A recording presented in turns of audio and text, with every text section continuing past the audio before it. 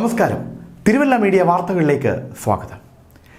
ആന്റോ ആന്റണി, ഈ പേര് കേട്ടാൽ തന്നെ പത്തനംതിട്ടക്കാർക്ക് രോമാഞ്ചമാണ്.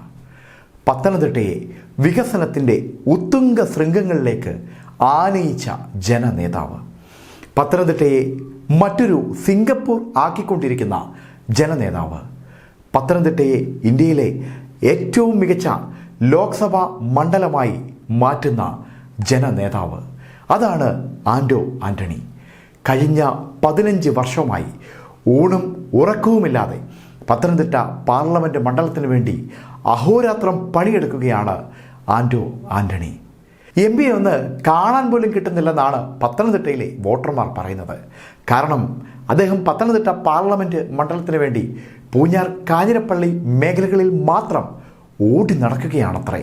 പത്തനംതിട്ട പാർലമെൻറ്റ് മണ്ഡലത്തിൽ ഒരു എയിംസ് കൊണ്ടുവരാൻ അദ്ദേഹത്തിന് സാധിച്ചിട്ടുണ്ടോ? ഇല്ല. എന്തിനേറെ ഒരു മെഡിക്കൽ കോളേജെങ്കിലും പുതുതായി കൊണ്ടുവരാൻ അദ്ദേഹത്തിന് കഴിഞ്ഞോ? ഇല്ല എന്ന് നമുക്ക് നിസ്സംശയം പറയുവാൻ സാധിക്കും.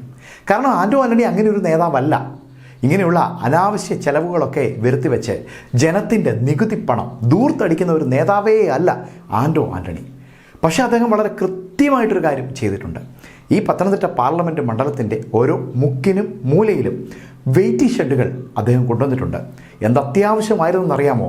നമ്മുടെയൊക്കെ മൂഡ് താങ്ങാൻ വേണ്ടി ഈ വെയിറ്റിംഗ് ഷെഡുകൾ സ്ഥാപിച്ച ആന്റോ ആന്റണിയോട് അങ്ങേയറ്റം നന്ദി നമുക്കൊക്കെ ഉണ്ടായിരിക്കണം.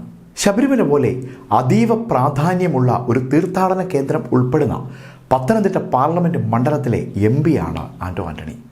ശബരിമലയിലേക്ക് വരുന്ന വിശ്വാസികൾക്ക് ലോക നിലവാരമുള്ള സൗകര്യങ്ങളൊക്കെ ഒരുക്കി അവരെ ആലസ്യത്തിലാക്കാതിരിക്കാൻ ആന്റോ ആന്റണി പ്രത്യേകം ശ്രദ്ധിച്ചിട്ടുണ്ട്. കാരണം ഈശ്വരനിലേക്കുള്ള വഴി വളരെ ദുർഘടം പിടിച്ചതാണെന്ന് വിശ്വാസികൾക്ക് കാണിച്ചു കൊടുക്കുകയാണ് ശ്രീമാൻ ആന്റോ ആന്റണി.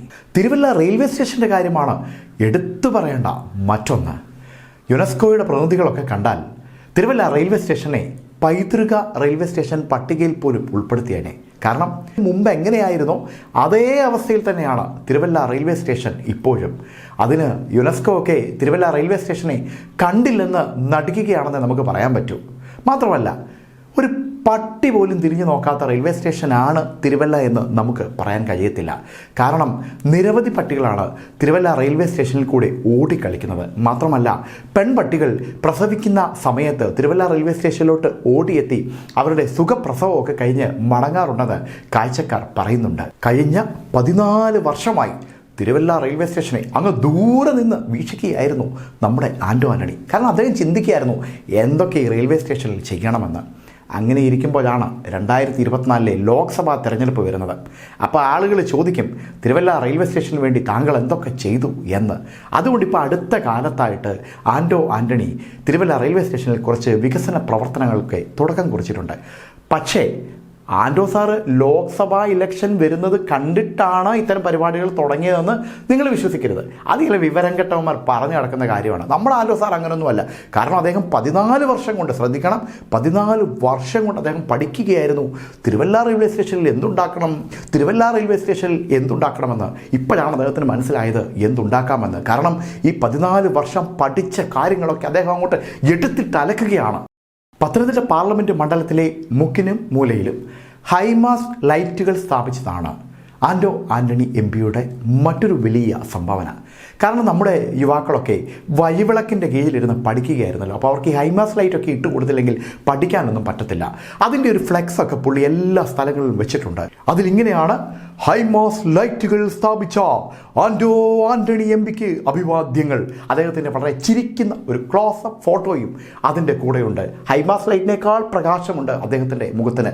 നമ്മൾ തീർച്ചയായിട്ടും നമ്മുടെ MPയോട് നന്ദി പറഞ്ഞേ പറ്റത്തുള്ളൂ, നമുക്ക് ഇങ്ങനെ വെട്ടമൊക്കെ കാണിച്ച് തരുന്നതിന്. മിക്ക കല്യാണ വീടുകളിലും മരണ വീടുകളിലും ആന്റോ ആന്റണി സാർ കൃത്യമായി ഓടിയെത്താറുണ്ട്. ഇന്ത്യൻ പാർലമെൻറ്റിൽ പത്തനംതിട്ടയ്ക്ക് വേണ്ടി അനാവശ്യ ശബ്ദമുയർത്തി കോലാഹലം സൃഷ്ടിക്കാനൊന്നും ആന്റോ സാർ തയ്യാറല്ല.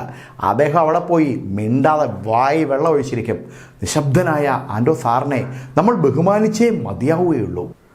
ഈ കേരളത്തിലെ ഏത് MPമാരുമായിട്ട് താരതമ്യം ചെയ്താലും, പ്രത്യേകിച്ച് ശശി തരൂരോ NK പ്രേമചന്ദ്രൻ ഇവരോടൊക്കെ താരതമ്യം ചെയ്യുമ്പോൾ ആന്റോ ആന്റണി സാർ ഇരിക്കുന്ന തട്ട് താണു തന്നെ ഇരിക്കും എന്ന് നമ്മൾ പറയേണ്ടി വരും.